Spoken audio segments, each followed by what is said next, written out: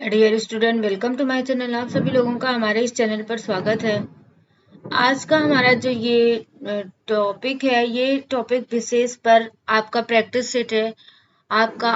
तो चलिए क्लास को स्टार्ट करते हैं। क्वेश्चन नंबर फर्स्ट, दलिया में किसकी प्रचुर मात्रा पाई जाती है? दलिया जो होती है, जो हम खाते हैं, गेहूं से बनी हुई जो दलिया होती है, उसका उसमें कौन सी किस चीज की इसमें प्रचुर मात्रा आपकी पाई जाती है?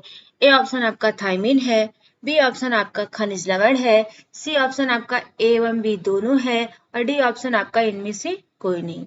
तो ऐसा कौन सा पोषक तत्व है जिसकी मात्रा जो है वो दलिया में प्रचुर पाई जाती है? इसका जो करेक्ट ऑप्शन होगा, option number C is the correct option. इसमें थायमिन मतलब विटामिन बी 1 जो है, इसकी भी प्रचुर मात्रा होती है, और इसके साथ साथ आपका जो है वो क्या है, खनिज लवण, इसकी भी प्रचुर मात्रा इसमें उपस्थित होती है। इसका जो करेक्ट ऑप्शन होगा, option number C is the correct option. दोनों की जो है वो प्रचुर मात्रा इसमें उपस्थित होती है। क्या होगा इसका? सी ऑप्शन बिल्कुल करेक्ट होगा। Next question, question number second, सूजी में कितने प्रतिशत प्रोटीन पाई जाती है? किसकी बात हो रही है? सूजी की बात हो रही है। तो सूजी में कितने प्रतिशत आपकी प्रोटीन पाई जाती है? A option 8.4%, B option 9.4%, C option आपका 10.4% और डी ऑप्शन आपका 11.4%। ठीक है, तो जो सूजी होती है, सूजी में सूजी क्या है? तो सूजी में जो है वो गेहूं का सबसे सिंपलेस्ट मतलब जो वो क्या है, इसमें प्रतिशत प्रोटीन जो होता है वो कम हो जाता है, क्योंकि जो गेहूं का जितना जितना ही गेहूं को बार बार हम उसकी पिसाई करते हैं, उतनी ही उसमें से पौष्टिकता जो होती है उतनी ही वो क्या होती है, कम हो जाती है। जैसे आप मैदा ले लीजिए, तो मैदे में भी इसकी मात्रा क्या है, सबसे कम पाई जाती है। सूजी की अपेक्षा मैदे में सबसे कम पाई जाती है, क्योंकि वो क्या, गेहूं का एकदम सिंपलेस्ट फॉर्म हो जाता है। बार बार जब हम उसको पिसाई करते हैं तो वो क्या है, उससे जो पोषक तत्व होते हैं वो नष्ट हो जाते हैं। तो वैसे सूजी में कितने प्रतिशत आपकी प्रोटीन पाई जाती है? तो सूजी में जो प्रोटीन होती है वह प्रोटीन 10.4% आपकी उपस्थित होती है। कितने प्रतिशत? तो 10.4% जो है वो प्रोटीन सूजी में उपस्थित होती है। इसका जो करेक्ट ऑप्शन होगा, option number C is the correct option. Next question, question number third, गेहूं में किस अमीनो अम्ल का सख्त अभाव पाया जाता है? क्या है? क्वेश्चन नंबर थर्ड, गेहूं में किस अमीनो अम्ल का सख्त अभाव पाया जाता है? अमीनो अम्ल प्रोटीन की सबसे सिंपलेस्ट इकाई होती है, सबसे जो है वो सरलतम इकाई होती है, और इसी में जो गेहूं होता है उसमें कौन सा अमीनो अम्ल जो है वो आपका अनुपस्थित होता है, पाया ही नहीं जाता? ए ऑप्शन आपका लाइसिन है, बी ऑप्शन आपका थ्रियोनिन है, सी ऑप्शन आपका ए एवं बी दोनों है, और डी ऑप्शन आपका कोई नहीं है। ठीक है, तो गेहूं में जो अमीनो अम्ल अनुपस्थित होता है वह आपका लाइसिन भी होता है, और इसके साथ साथ थ्रियोनिन भी होता है। इसका जो करेक्ट ऑप्शन होगा, option number C is the correct option. Lysine और थ्रियोनिन दोनों अमीनो अम्ल जो है वो गेहूं में अनुपस्थित होते हैं। इसका जो करेक्ट ऑप्शन होगा, option number C is the correct option. Next question, question number 4, गेहूं में कार्बोज स्टार्च के रूप में प्रतिशत होता है, कितना प्रतिशत प्रतिशत तक होता है? तो गेहूं में जो कार्बोज है वह स्टार्च के रूप में कितने प्रतिशत आपका उपस्थित होता है? तो स्टार्च जो है वो क्या है, कार्बोहाइड्रेट का जो वो कौन सा रूप है, पॉलीसेकेराइड वाला रूप है। ठीक है, मोनोडाई और पॉलीसेकेराइड। तो पॉलीसेकेराइड के अंतर्गत जो आपका गेहूं में आपका स्टार्च जो होता है वो कितने प्रतिशत होता है? ए ऑप्शन आपका 40 से 50%, बी ऑप्शन आपका 50 से 60%, सी ऑप्शन आपका 60 से 70%, और डी ऑप्शन आपका 60 से 80%। तो गेहूं में कार्बोज स्टार्च के रूप में कितने प्रतिशत तक होता है? तो यह जो होता है वो 60 से 80% तक होता है। इसका जो करेक्ट ऑप्शन होगा, option number D is the correct option. Next question, question number 5, निम्न में से किसमें थायमिन तथा निकोटीन अम्ल पर्याप्त मात्रा में उपस्थित रहता है? इसमें से कौन सा ऐसा तत्व है जिसमें आपका थायमिन और उसके साथ साथ क्या निकोटिन अम्ल जो है वो काफी मात्रा में उपस्थित रहता है। ए ऑप्शन आपका गेहूं है, बी ऑप्शन आपका चावल है, सी ऑप्शन आपका दाल है और डी ऑप्शन आपका इनमें से कोई नहीं। तो इसमें से आपका कौन सा तत्व है जिसमें आपका जो है वो क्या है, आपका जो है थायमिन और निकोटिनिक अम्ल, मतलब आपका जो ये दोनों तत्व है, ये दोनों तत्व उपस्थित होते हैं पर्याप्त मात्रा में, अच्छी खासी क्वांटिटी में, अच्छी खासी मात्रा में यह उपस्थित होते हैं। तो यह जो दोनों तत्व है ये किस में उपस्थित होते हैं, आपका जो गेहूं होता है इस गेहूं में यह दोनों पोषक तत्व जो है वो उपस्थित होते हैं। तो इसका जो करेक्ट ऑप्शन होगा option number A is the correct option. Next question, question number 6, मक्के की प्रोटीन निम्न में से कौन सी है। मक्के की प्रोटीन, जो हमारा मक्का होता है उस मक्के में निम्न में से कौन सी प्रोटीन आपकी पाई जाती है। तो मक्के में जो प्रोटीन होती है, ए ऑप्शन आपका प्रोलामिन है, बी ऑप्शन आपका एल्बुमिन है, सी ऑप्शन आपका जिलेटिन है और डी ऑप्शन आपका उपरोक्त सभी है। तो मक्के की जो प्रोटीन होती है वो आपकी प्रोलामिन जो है वो प्रोटीन आपकी मक्के में पाई जाती है। जीन और जाइन भी होती है और उसके साथ साथ प्रोलामिन नामक प्रोटीन भी मक्के में उपस्थित होती है। इसका जो करेक्ट ऑप्शन होगा option number A is the correct option. Albumin जो होती है वो आपकी अंडे की प्रोटीन होती है, अंडे में पाई जाने वाली जो प्रोटीन होती है वो आपकी एल्बुमिन होती है। नेक्स्ट क्वेश्चन, क्वेश्चन नंबर 7, ताजे मक्के में कितने प्रतिशत कार्बोज पाया जाता है। ताजा मक्का जो आपका ग्रीन वाला मक्का होता है, हरा मक्का जो होता है, उस मक्के में कितने प्रतिशत आपका कार्बोज पाया जाता है, कार्बोहाइड्रेट उसमें कितने प्रतिशत उपस्थित होता है। ए ऑप्शन आपका 24.2%, बी ऑप्शन आपका 24.3%, सी ऑप्शन आपका 24.5%, डी ऑप्शन आपका 24.6%। तो जो ताजा मक्का होता है उस ताजे मक्के में कार्बोहाइड्रेट की मात्रा कितने प्रतिशत होती है। तो उसमें उस मक्के में जो कार्बोहाइड्रेट की मात्रा होती है वो क्या होती है, 24.6% होती है। कितनी होती है आपकी, तो जो 24.6% होती है। इसका जो करेक्ट ऑप्शन होगा option number D is the correct option. ठीक है, और जो है 62 जो है वो कार्बोज स्टार्च के रूप में उपस्थित रहता है। मक्के में जो कार्बोज जो है वो स्टार्च के रूप में कितने प्रतिशत उपस्थित रहता है, तो 62.2%, मतलब 66.2% जो है वो मक्के में कार्बोज स्टार्च के रूप में उपस्थित रहता है।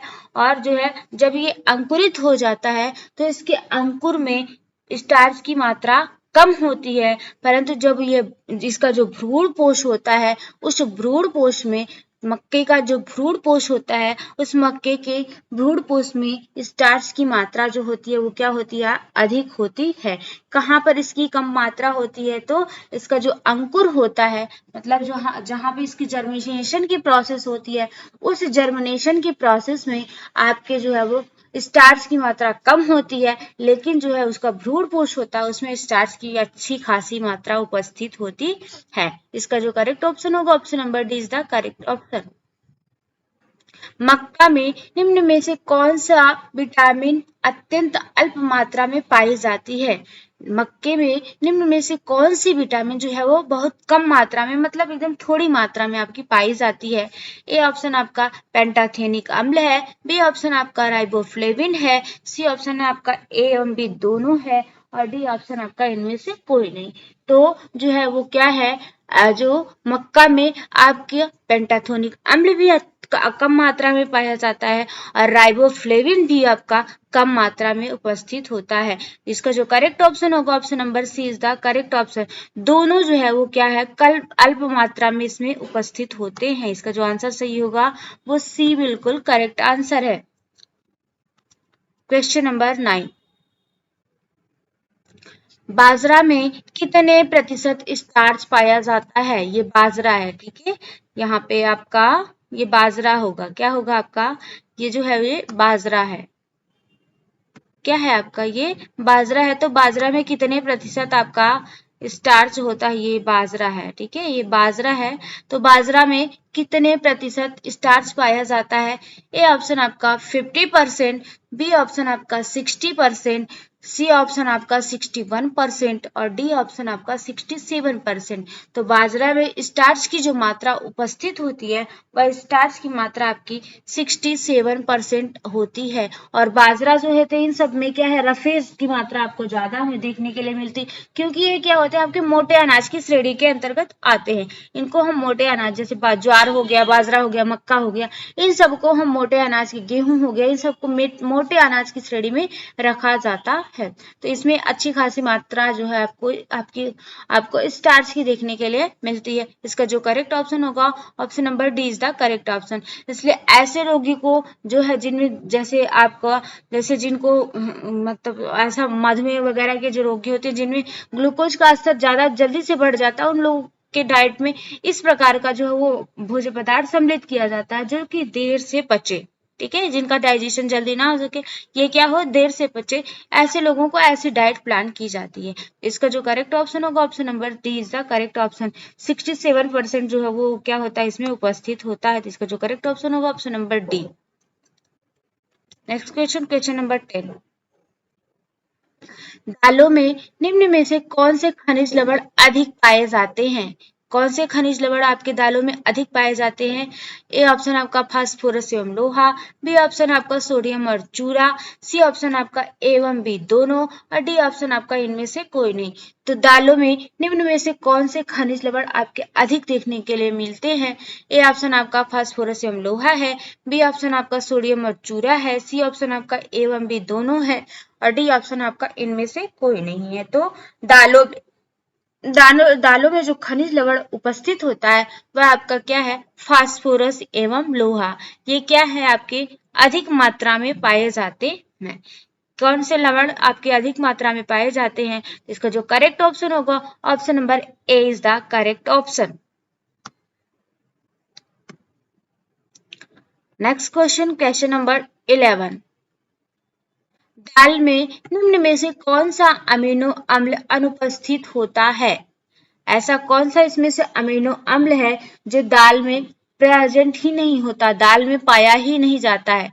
ए ऑप्शन आपका मेथियोनिन है, बी ऑप्शन आपका ट्रिप्टोफेन है, सी ऑप्शन आपका उपरोक्त दोनों है और डी ऑप्शन आपका इनमें से कोई नहीं। तो दाल में निम्न में से कौन सा अमीनो अम्ल अनुपस्थित होता है? तो दाल की अगर बात की जाए तो अच्छी खासी मात्रा में दाल में प्रोटीन उपस्थित होता है, ठीक है, बट जो है इसमें अमीनो अम्ल की बात हो रही है तो प्रोटीन के जो सबसे सरलतम इकाई अमीनो अम्ल होती है वह क्या है, दाल में आपका मिथ्योनिन भी अनुपस्थित होता है और इसके साथ साथ ट्रिप्टोफेन भी आपका अनुपस्थित होता है। इसका जो करेक्ट ऑप्शन होगा option number C is the correct option. ये दोनों जो अमीनो अम्ल है ये क्या है, दाल में अनुपस्थित होते हैं।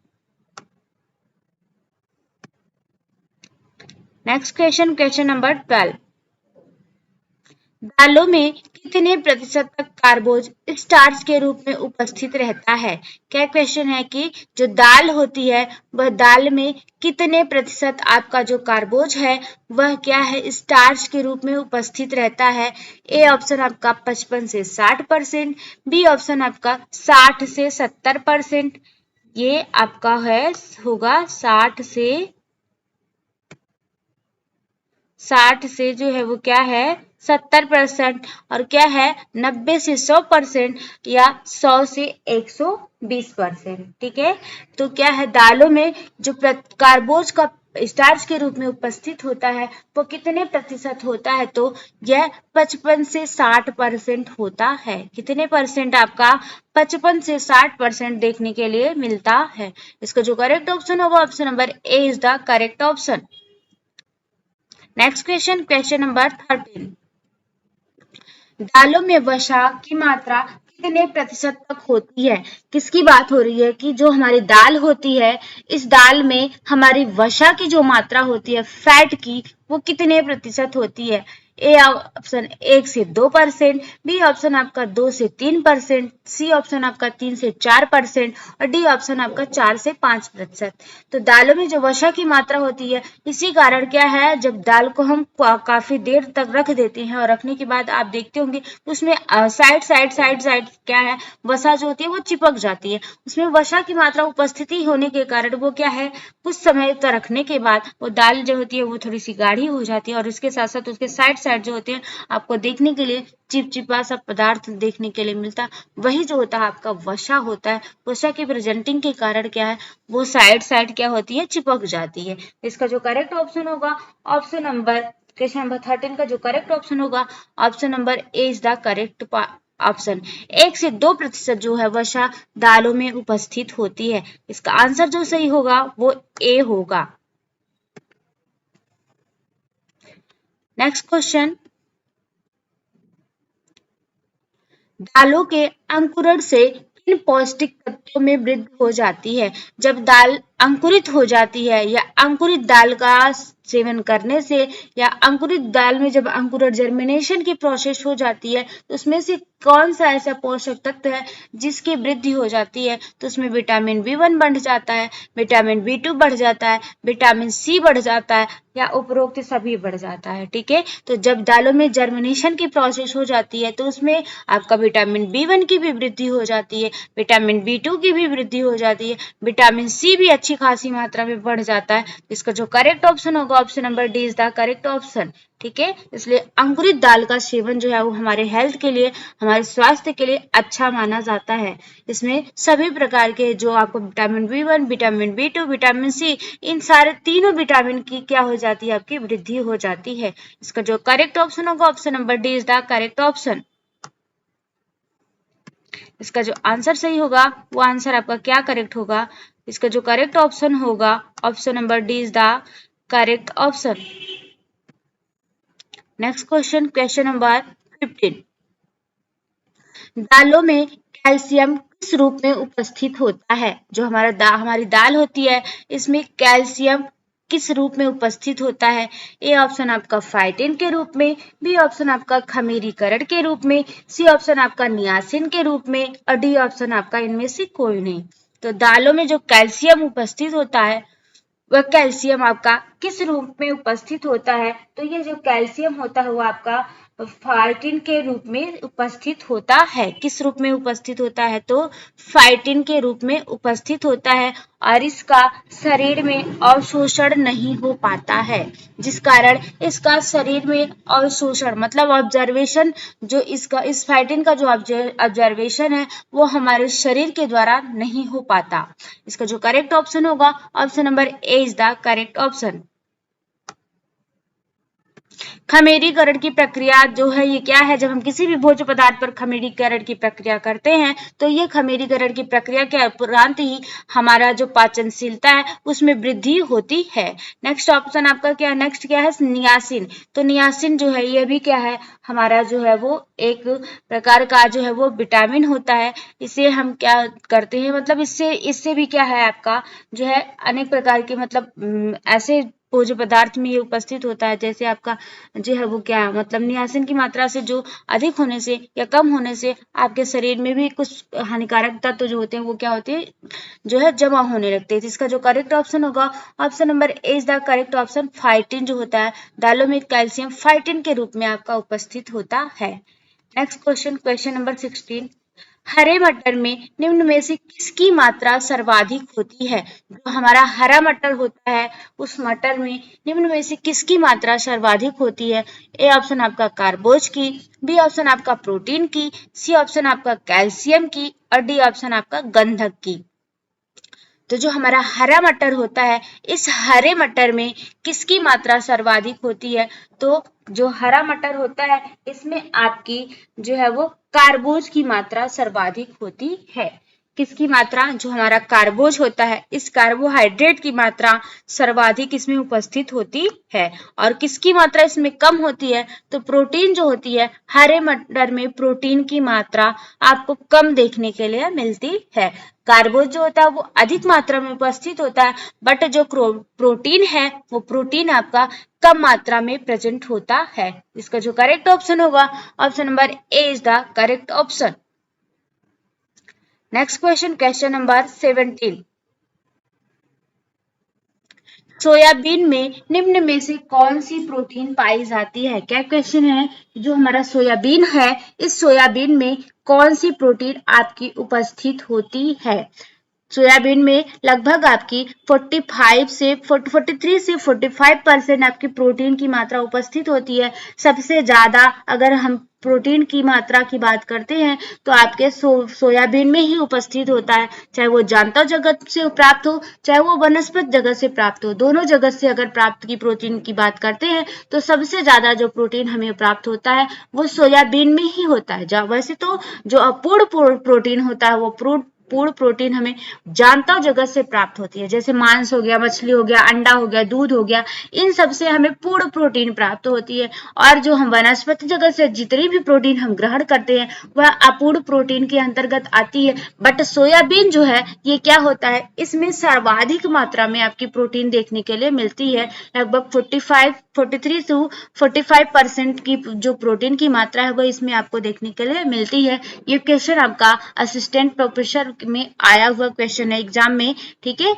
ये ऑप्शन आपका लाइसिनिन है, बी ऑप्शन आपका लिग्यूमेलिन है, सी ऑप्शन आपका फैसिओलिन है और डी ऑप्शन आपका क्या है, सभी है, ठीक है। तो सोयाबीन में जो प्रोटीन उपस्थित होती है वह ग्लाइसिनिन भी होती है, लिग्यूमेलिन भी होती है और फैसिओलिन नाम की प्रोटीन, ये सारी प्रोटीन आपकी किसमें, सोयाबीन में उपस्थित होती है। इसका जो करेक्ट ऑप्शन होगा, option number D is the correct option. Next question, question number 18। Soybean में निम्न में से कौन सी विटामिन नहीं पाई जाती है? क्या है, सोयाबीन में निम्न में से कौन सी विटामिन जो है वो आपकी नहीं पाई जाती है? ए ऑप्शन आपका विटामिन B1, बी ऑप्शन आपका विटामिन B2, सी ऑप्शन आपका विटामिन सी और डी ऑप्शन आपका उपरोक्त सभी। तो सोयाबीन में जो आपकी विटामिन अनुपस्थित होती है या नहीं पाई जाती है वह आपकी क्या है, तो जो है वो विटामिन सी होती है। कौन सी, सोयाबीन में विटामिन सी आपकी नहीं पाई जाती। विटामिन B1 भी पाया जाता है, विटामिन B2 भी पाया जाता है, लेकिन सोयाबीन में आपका विटामिन सी जो होता है वह अनुपस्थित होता है। इसका जो करेक्ट ऑप्शन होगा, option number C is the correct option. इसका जो आंसर सही होगा वो सी बिल्कुल करेक्ट होगा। Next question, question number 19। Soybean में स्टार्च किस रूप में विद्यमान रहता है? तो जो सोयाबीन है, इस सोयाबीन में जो हमारा स्टार्च होता है वह निम्न में से किस रूप में आपका विद्यमान होता है, किस रूप में आपका प्रेजेंट होता है? ए ऑप्शन आपका डेक्स्ट्रिन गैस्ट्रोसनस में के रूप में, बी ऑप्शन आपका गैलेक्टनस के रूप में, सी ऑप्शन आपका उपरोक्त दोनों के रूप में और डी ऑप्शन आपका इनमें से कोई नहीं। तो सोयाबीन में जो स्टार्च होता है वह किस रूप में उपस्थित होता है, तो आपका गैस्ट्रिन गैस्ट्रोसनस के रूप में भी उपस्थित होता है और गैलेक्टनस के रूप में भी प्रेजेंट होता है। तो इन दोनों रूपों में सोयाबीन में जो स्टार्च है वो आपका विद्यमान रहता है। इसका जो करेक्ट ऑप्शन होगा, option number C is the correct option. Next question, question number 20। उच्च जैविक मूल्य का प्रोटीन उपस्थित होता है। उच्च जैविक मूल्य मतलब ऐसा प्रोटीन जिसमें हाई बायोलॉजिकल वैल्यू जो होता है, हाई बायोलॉजिकल वैल्यू वाला जो प्रोटीन है निम्न में से किस में उपस्थित होता है? ए ऑप्शन आपका दाल और फलियां है, बी ऑप्शन आपका अंडा और मीट है, सी ऑप्शन आपका अनाज और मिलेट है, डी ऑप्शन आपका फलों सब्जियां और फल है। तो इसका जो करेक्ट ऑप्शन होगा, उच्च जैविक मूल्य का जो प्रोटीन होता है वह निम्न में से किस में उपस्थित होता है? तो जो आपकी दाल होती है और जो आपकी फलियां होती है, ठीक है, फलियां, उसमें क्या है, उच्च जैविक मूल्य का प्रोटीन आपको देखने के लिए मिलता है। उच्च जैविक मूल्य का प्रोटीन जो है वह इसमें उपस्थित होता है, किसमें, आपकी दालों और फलियों में। तो इसका जो करेक्ट ऑप्शन होगा, option number A is the correct option. ये भी हमारे आज के 20 क्वेश्चन। नेक्स्ट सेशन में हम फिर आपसे मिलते हैं, तब तक के लिए thank you so much, take care, bye bye. Thank you so much for watching this